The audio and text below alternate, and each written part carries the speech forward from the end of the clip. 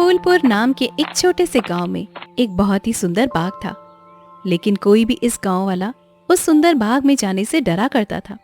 उनका मानना था कि अक्सर बाग के उस पार वाली गुफा के अंदर से किसी जिन की आवाजें आती हैं, जो आते जाते लोगों को आवाजें देता है, जिससे गांव वाले बहुत ज्यादा डरा करते थे। एक दिन गांव के दो युवक खेत में आपस में बातें करते हुए, अरे भाई, कल मैं उस बाग की तरफ गया था, वहाँ फिर से जिनकी डरावनी आवाजें आ रही थी। अरे भाई, क्यों गए थे तुम वहाँ? क्या तुम्हें पता नहीं, बाग के पास वाली गुफा में जिन रहता है। अगर वो तुम्हें कहीं कुछ कर देता तो आइंदा फिर कभी उस गुफा की तरफ मत जाना। तभी वे वहाँ से बात करते हुए खेत में चले जाते हैं। अगले दिन गांव का एक लड़का रघु बोलता है, यार, इस गुफा के पीछे से कौन आवाज देता होगा मुझे? इसके पीछे जरूर कोई राज नजर आता है। रघु भैया, जो भी हो, लेकिन गलती से भी उस गुफा के अंदर मत जाना। लेकिन इस गुफा का रहस्य तो मैं जान कर ही रहूंगा। सब गांव वाले डर के साए में आखिर कब तक रहेंगे? उसके बाद शाम हो गई और रघु और उसका दोस्त अपने अपने घर चले गए। अगले दिन सुबह सारे गांव में सन्नाटा था और रघु के बाहर उसकी लाश रखी हुई थी। शाम को तो बस ये घर से बोल के निकला था कि आज एक रहस्य से पर्दा उठाने जा रहा हूँ। मेरे रघु की बहादुरी उसे ले डूबी। हाय मेरा बच्चा।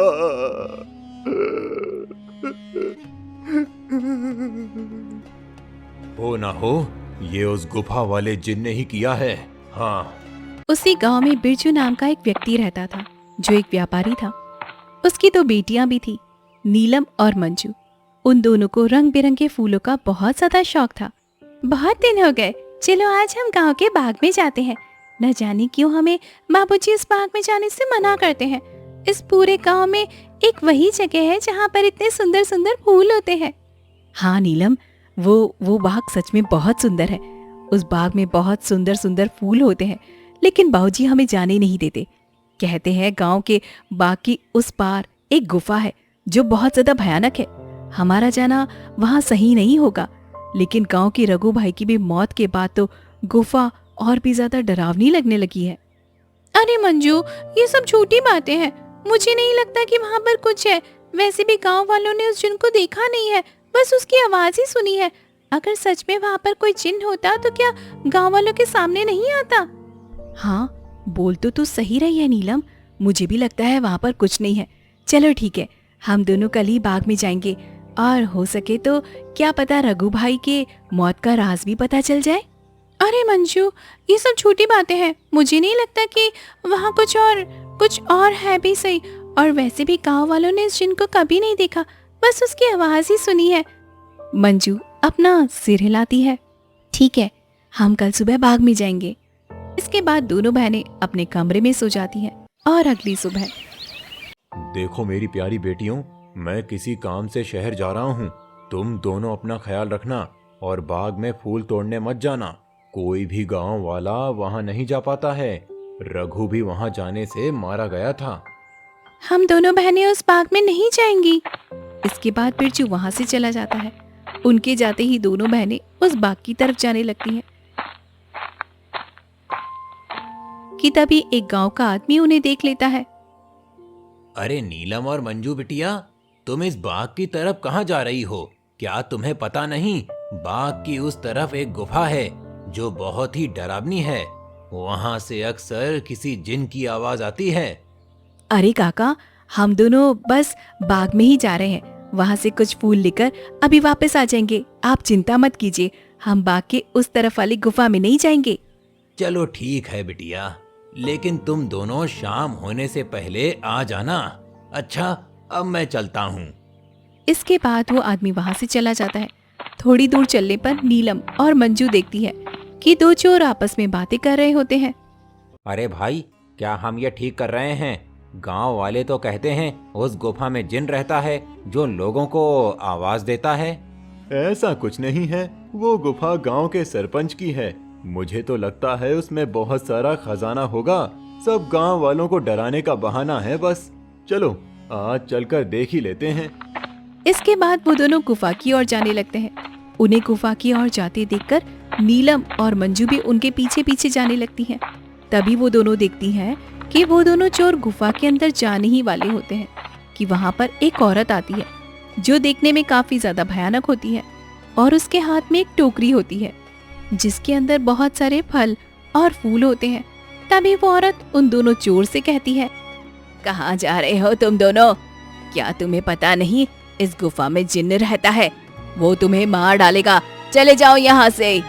क्या कहा जिन? अरे बाबा। कि तभी उस जिन की आवाज आती है, कौन है वहाँ? क्या मुझे कोई सुन पा रहा है? अंदर आओ, निकालो मुझे यहाँ से। जिन की ऐसी डरावनी आवाज सुनकर वो दोनों डर जाते हैं। अरे भैया भागो, इस गुफा में तो सच में जिन है, भागो यहाँ से। और वो दोनों वहां से भाग जाते हैं। मैंने तो पहले ही कहा था यहाँ दोबारा मत आना, वो तुम्हें जिंदा नहीं छोड़ेगा। ये सब नीलम और मंजू देख रही थी कि तभी वहां पर नीलम और मंजू के सामने वो औरत आ जाती है जो देखने में काफी ज्यादा भयानक होती है, जिसके हाथ में बहुत सारे रंग बिरंगे फल होते हैं। कहाँ जा रही हो तुम दोनों? नीलम और मंजू डरे हुए होते हैं। हम तो बस बाहर घूमने आए थे काकी, लेकिन आप यहाँ क्या कर रही हैं? मैं तो यहीं पर रहती हूँ, यही बाग मेरा घर है। तुम दोनों यहाँ से जल्दी चली जाओ, वरना वो जिन तुम्हें नहीं छोड़ेगा तुम्हें। जाओ यहाँ से। क्या सच में बाग के उस पार वाली गुफा में कोई जिन रहता है काकी? हाँ, वो बहुत खतरनाक है, तुम दोनों यहाँ से जल्दी चली जाओ। इसके बाद वो औरत वहाँ से चली जाती है। मुझे बहुत डर लग रहा है, अब मैं इसके आगे नहीं जाऊंगी। मुझे लगता है वो औरत सच बोल रही थी, वो जिन हमें मार डालेगा। मैं नहीं जाऊंगी उस गुफा में। ठीक है नीलम, तुम मेरा यहीं पर इंतजार करना। मैं सच जानना चाहती हूँ कि क्या वाकई वो जिन यहाँ पे रहता है या नहीं, जिसकी आवाज लोगों को सुनाई देती है। मैं तो गुफा के अंदर जा रही हूँ, तुम यहाँ पर ही रहना और यहाँ से कहीं पर मत जाना। मैं जल्दी आऊंगी नीलम। इसके बाद मंजू अकेले ही आगे चली जाती है। मंजू चलते चलते उस गुफा के पास पहुंच जाती है। तभी एक आवाज उसे सुनाई देती है जो काफी ज्यादा भारी होती है। उसे ऐसा लगता है जैसे किसी के रोते हुए इंसान की आवाज आ रही हो। कोई है यहाँ? मुझे यहाँ से बाहर निकालो, मैं इस गुफा में बरसों से कैद हूँ, निकालो मुझे यहाँ से। कौन हो तुम और क्यों आवाज लगा रहे हो? क्या तुम वही जिन हो जिसके बारे में सब लोग बातें करते हैं? क्या तुम सच में इस गुफा में रहते हो? हाँ, मैं जिन हूँ, मैं कई सालों से इस गुफा में कैद हूँ। मेरी सहायता करो लड़की, मेरी बात मानो, मैं तुम्हें कोई नुकसान नहीं पहुंचाऊंगा। तुम मुझे इस गुफा से आजाद कर सकती हो, इसके बाद मैं यहाँ से हमेशा के लिए चला जाऊंगा। मेरी सहायता करो। क्या सच में तुम यहाँ से चले जाओगे अगर मैं तुम्हारी सहायता करूंगी तो? और मुझे क्या करना होगा जिन, बताओ, वो मैं अवश्य ही करूंगी। तभी गुफा के दरवाजे खुलते हैं और मंजू उस गुफा के अंदर चली जाती है।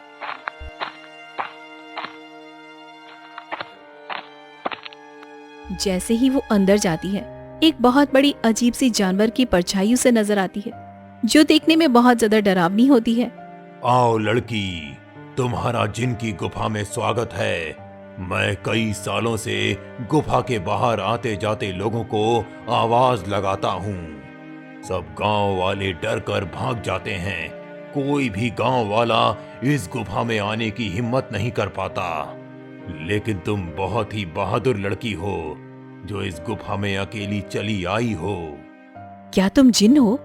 लेकिन तुम मुझे दिखाई क्यों नहीं दे रहे हो? क्या तुम किसी को दिखाई नहीं दे सकते हो? नहीं, मैं जिन नहीं हूँ लड़की, उस जिन की परछाई हूँ। वो जिन तो गुफा के अंदर कैद खाने में बरसों से कैद है, वो बाहर नहीं आ सकता है। मैं उसकी परछाई हूँ। परछाई? तुम मुझे बताओ कि वो जिन इस गुफा में कैद क्यों है? क्या जिन के इस गुफा से रिहा होने का कोई मार्ग नहीं है? मार्ग है लड़की, और तुम उस मार्ग तक पहुंच सकती हो, लेकिन इसके लिए तुम्हें इस गुफा के तहखाने में जिन के पास जाना होगा। वही जिन तुम्हें उसकी मुक्ति का राज बताएगा। और इसके बाद मंजू हाथ में चलती हुई आग की मसल को लेकर उसी गुफा की ओर जाती है। जैसे ही मंजू तहखाने के अंदर जाती है तो उसे आग जलती हुई दिखाई देती है। वो जैसे ही उस आग के पास जाती है, हे जिन, मैं तुम्हारी यहाँ पर मदद करने आई हूँ, क्या तुम मुझे सुन सकते हो? उसे उस जिन की आवाज आती है। आओ बहादुर लड़की, मैं तुम्हारा ही इंतजार कर रहा हूँ। मैं जानता हूँ कि तुम ही मुझे इस गुफा से मुक्ति दिला सकती हो। तुम्हारा इस गुफा में स्वागत है लड़की। तुम बहुत ही बहादुर हो जो इस गुफा में आई हो। मेरा नाम जिन्नात है। मैं यहाँ कई सालों से कैद हूँ। मेरे सामने आओ जिन, मैं तुम्हें देखना चाहती हूँ। उसकी आवाज सुनकर अचानक से जिन्नात उसके सामने आ जाते हैं, जो बहुत ज्यादा डरावना होता है। एक बहुत ही भयानक सा दिखने वाला, जिसके सर पर एक लंबी सी चोटी होती है जो काफी बड़ा होता है। मंजू के सामने वो आता है। उसे देखकर मंजू थोड़ा सा डर जाती है। देखो, तुम मुझसे डरो मत लड़की। मैं तुम्हें कुछ नहीं करूंगा। मैं जानता हूँ तुम मेरी मदद करने आई हो, लेकिन मेरी मदद करना इतना भी आसान नहीं है। तुम एक बार और सोच सकती हो। क्या तुम वाकई मेरी मदद करना चाहती हो? लेकिन मैं तुम्हारी मदद कैसे कर सकती हूँ? और तुम यहाँ पर कैद कैसे हुए? बताता हूँ। बहुत साल पहले इस गुफा में एक औरत रहती थी। वो बहुत ही गरीब थी। वो गुफा के बाहर वाले बाग से फल तोड़ा करती थी और उन्हें ही खाया करती थी। एक दिन उसने बाग के सारे फल तोड़ लिए और यहाँ इस गुफा में लेकर आ गई। उन्हीं फलों के बीच एक रहस्यमय फल भी था जो बहुत ही चमकदार था और जिस पर मेरी नजर थी। वो फल मेरी उम्र 100 साल और बढ़ा सकता था, लेकिन मैं उस फल को तब तक नहीं छू सकता था जब तक कोई इंसान उस फल को उस पेड़ से तोड़ ना ले। एक दिन वो औरत चमकदार फल को उस पेड़ से तोड़कर इस गुफा में ले आई। जब मैंने देखा तो मैं उसके पीछे इस गुफा में आ गया और मैंने उससे कहा, हे औरत, तुम जो बाग से सबसे सुंदर और चमकदार फल तोड़कर लाई हो वो मुझे दे दो। इसके बदले तुम जो भी इच्छाएं मांगोगी वो पूरी होंगी। ठीक है, मैं तुम्हें वो फल देती हूँ, लेकिन मेरी 2 इच्छा है। पहली ये कि तुम मुझे वरदान दो कि आज से ये बाग मेरा होगा। दूसरी ये कि तुम इस गुफा में ही कैद रहोगे ताकि इस बाग में कोई भी तुम्हारे डर से ना आ सके और हमेशा हमेशा के लिए मैं इस बाग पर राज करूं। वो औरत मुझे फल तो दे देती है। उस फल से मेरी उम्र तो 100 साल बढ़ गई, लेकिन उस औरत को दिए गए वरदान की वजह से मैं यहीं कैद हो गया। तब से ही मैं इस तहखाने में कैद हूँ। क्या अब से पहले किसी ने आपको यहाँ से बाहर निकालने की कोशिश नहीं की? इससे पहले गांव के एक लड़के ने मुझे बचाने की हिम्मत दिखाई थी, लेकिन जैसे ही वो लड़का उस चमत्कारी फल को लेकर गुफा में आ रहा था, तभी उस बूढ़ी औरत ने उसको मौत के घाट उतार दिया और सारे गांव में बात फैल गई कि मैंने उसे मारा है। हाँ, वो लड़का हमारे गांव के रघु भैया थे। उनको उस बूढ़ी औरत ने मारा है। मैं आपको यहाँ से आजाद करवाऊंगी, लेकिन आप मुझे ये बताइए कि मुझे आपको यहाँ से आजाद करवाने के लिए क्या करना होगा? यहाँ से तुम्हें उस बाग में जाना होगा। वहाँ तुम्हें उस बाग में रहने वाली उस औरत की झोपड़ी दिखेगी, जिसके कारण मैं इस गुफा में कैद हूँ। तुम्हें उस झोपड़ी में जाना होगा। वहाँ से तुम्हें सबसे सुंदर और चमत्कार फल लाना होगा।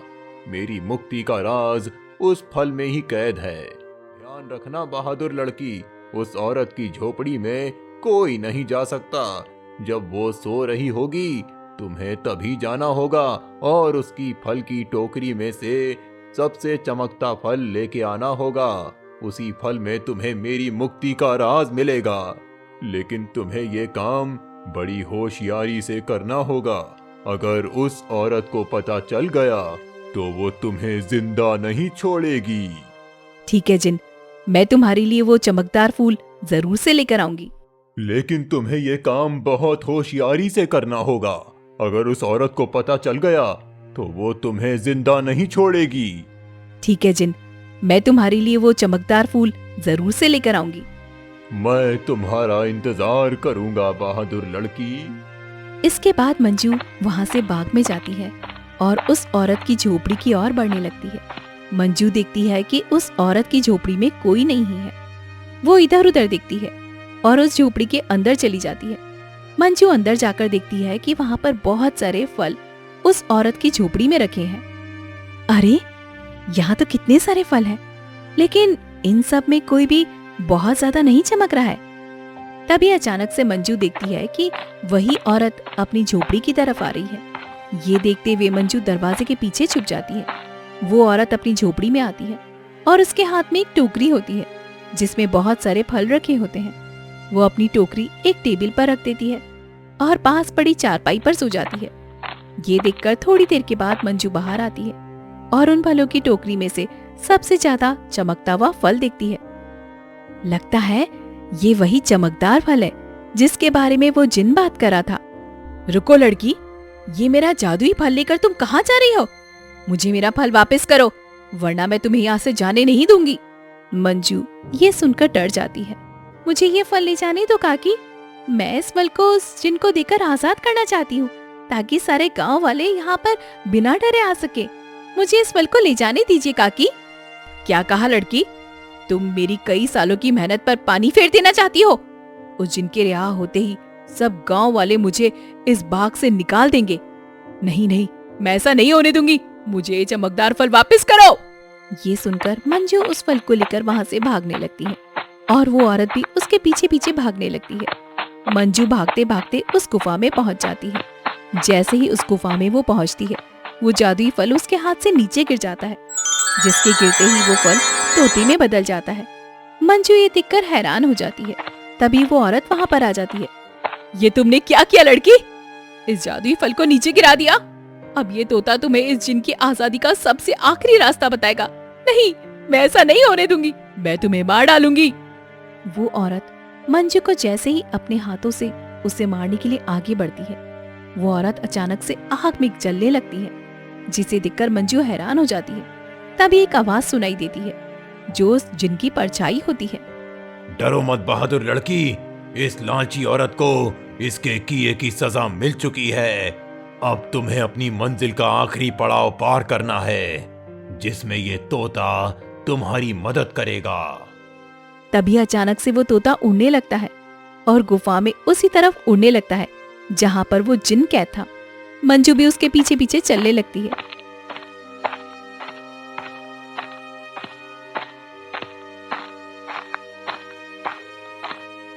वो तोता एक खिड़की के पास जाकर बैठता है जो काफी चमक रही होती है। तभी तोते की आवाज आती है। सुनो बहादुर लड़की, तुम्हें इस खिड़की को खोलना होगा, जिसकी चाबी तुम्हें ढूंढना होगा। मैं तुम्हें 2 रास्ते बताऊंगा, जिस पर चल के तुम्हें इस खिड़की को खोलने वाली चाबी मिलेगी। लेकिन 2 रास्तों में से तुम्हें कोई एक रास्ता चुनना होगा। पहला रास्ता एक गुलाब के फूल की तरफ जाता है, जो बाग की तरफ है। दूसरा रास्ता एक अंधेरे की तरफ जाता है, जो इस गुफा में उस तहखाने की तरफ जाता है जहाँ वो जिन कैद है। जाओ और अपना रास्ता चुन लो।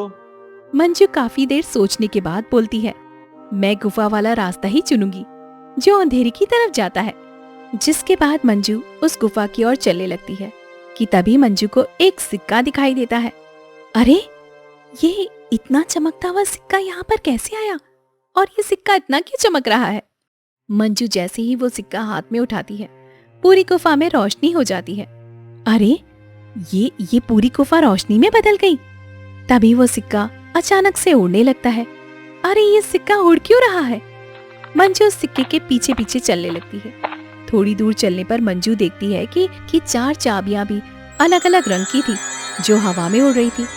अरे, ये चाबियां हैं जिसके बारे में वो तोता बता रहा था। लेकिन अब इसमें से सही चाबी कौन सी होगी, ये कैसे पता चलेगा? तभी मंजू को एक आवाज आई जो उस जिन की आवाज थी। बहादुर लड़की, तुम्हें इसमें से एक चाबी उठानी है, याद रखना, तुम्हें एक सही चाबी उठानी है, लेकिन याद रहे तुम्हें बड़ी होशियारी से ही चाबी उठानी होगी। अगर तुमने गलती से भी गलत चाबी चुन ली तो ये चारों चाबियां गायब हो जाएंगी और तुम कभी भी जिन को आजाद नहीं कर पाओगी। ये सुनकर मंजू हैरान हो जाती है। क्या ये, हे भगवान, ये किस दुविधा में डाल दिया। अब मैं कैसे इन 4 चाबियों में से सही चाबी को चुनूं? काफी देर सोचने के बाद मंजू देखती है कि चारों चाबियों में से एक चाबी बहुत बड़ी थी, जो लाल रंग की थी, और जिस चमकदार फल के गिरने से वो तोता बना था वो भी लाल रंग का था। मंजू समझ गई कि लाल रंग वाली चाबी ही सही चाबी है। उसके बाद लाल चाबी चुनते ही बाकी की सारी चाबियां गायब हो जाती हैं और तभी फिर से जिन की परछाई की आवाज आती है। शाबाश बहादुर लड़की, तुम्हारी सूझबूझ की वजह से आखिरकार तुमने बिल्कुल सही चाबी चुन ली। अब जाओ उस खिड़की के पास और खोल दो उसे। मंजू उसी खिड़की के पास जाती है और देखती है कि अभी भी वो तोता उस खिड़की के पास ही बैठा था। तुम वाकई बहादुर हो लड़की, अब तुम इस चाबी से इस खिड़की को खोल दो। मंजू जैसे ही वो चाबी को खिड़की में लगाती है, खिड़की अचानक से खुल जाती है। मंजू देखती है कि खिड़की के बाहर बहुत रोशनी थी, जिसमें चारों तरफ बहुत सारे चमकदार फल चमक रहे थे और बहुत सारी तितलियां उसके आसपास मंडरा रही थी। और तोता खिड़की के बाहर जाते ही उस जिन में बदल जाता है, जो कई सालों से उस गुफा में बंद था। तुम्हारा बहुत बहुत धन्यवाद लड़की, तुमने मुझे इस गुफा से आजाद कर दिया। तुम एक निडर और साहसी लड़की हो। तुम जो भी मांगोगी मैं तुम्हें वो दूंगा। बोलो, क्या इच्छा है तुम्हारी? क्या सच में तुम आजाद हो गए? आप इस गुफा में अब तुम नहीं रहोगे? अब सब गांव वाले यहाँ पर आ सकेंगे और मेरी बहन भी बाग में आ सकेगी कभी? सच में? हाँ बहादुर लड़की, अब किसी को भी डरने की कोई जरूरत नहीं है। अब मैं इस गुफा से बाहर आ गया हूँ अपनी दुनिया में। अब मैं किसी को आवाज नहीं दूंगा। तुम जब चाहो यहाँ आ सकती हो। तुम्हारी ही वजह से मैं आजाद हो पाया हूँ। तुम मुझसे जो भी मांगोगी मैं तुम्हें वो दूंगा। बोलो, क्या इच्छा है तुम्हारी? जिन, मैं कुछ भी नहीं मांगना चाहती हूँ, लेकिन तुम सच में मेरी इच्छा पूरी करना चाहते हो तो गुफा के सामने वाले बाग से मुझे बहुत ज्यादा प्यार है। उसमें रंग बिरंगे फूल मुझे बहुत ज्यादा पसंद है। मैं चाहती हूँ कि ये बाग हमेशा खिलखिलाता रहे, इसमें फूल कभी भी ना मुरझाए। ठीक है बहादुर लड़की, तुम्हारी ये इच्छा जरूर पूरी करूंगा। अब ये बाग हमेशा यूं ही रहेगा, कभी भी मुरझाएगा नहीं। तुम अब जब भी इस बाग के फूल देखोगी तो हमेशा खिले रहेंगे। अब मैं यहाँ से हमेशा हमेशा के लिए जा रहा हूँ। इसके बाद वो जिन वहां से गायब हो जाता है और खिड़की बंद हो जाती है। मंजू जब गुफा से बाहर निकलती है तो देखती है कि गांव वाले बिरजू और नीलम सब बाहर खड़े होते हैं। अरे मेरी बिटिया, आ गई तू वापस? उस जिन ने तुझे कुछ किया तो नहीं? आखिर क्यों गई थी तू उस गुफा के अंदर? वो जिन तुझे मार डालता तो क्या करता मैं? दीदी, तुम ठीक तो हो ना? क्या सच में तुम्हें उस जिन ने कुछ नहीं किया? बाबूजी, मैं बिल्कुल ठीक हूँ। अब अंदर कोई जिन नहीं है। इस गुफा के अंदर जो जिन था वो अब हमेशा हमेशा के लिए इस गुफा से चला गया है। अब आप सबको डरने की कोई जरूरत नहीं है। अब यहाँ पर कोई भी आ सकता है। अरे क्या बोल रही हो मंजू बिटिया? आखिर कहाँ गया वो जिन जो आते जाते लोगों को आवाजें दिया करता था? मंजू गांव वालों को सारी बात बता देती है। थोड़ी देर के बाद गांव वाले बहुत खुश होते हैं और मंजू से बोलते हैं, अरे मंजू बिटिया, तुम तो सचमुच बहुत बहादुर हो। तुम्हारी वजह से ही अब वो जिन इस गुफा से बाहर हो गया है। अब हम गांव वालों को डरने की कोई जरूरत नहीं है और रघु की मौत का रहस्य भी सब गांव वालों को पता चल गया है। इसके बाद गांव वाले बिना डरे हंसी खुशी उस गांव में रहने लगते हैं।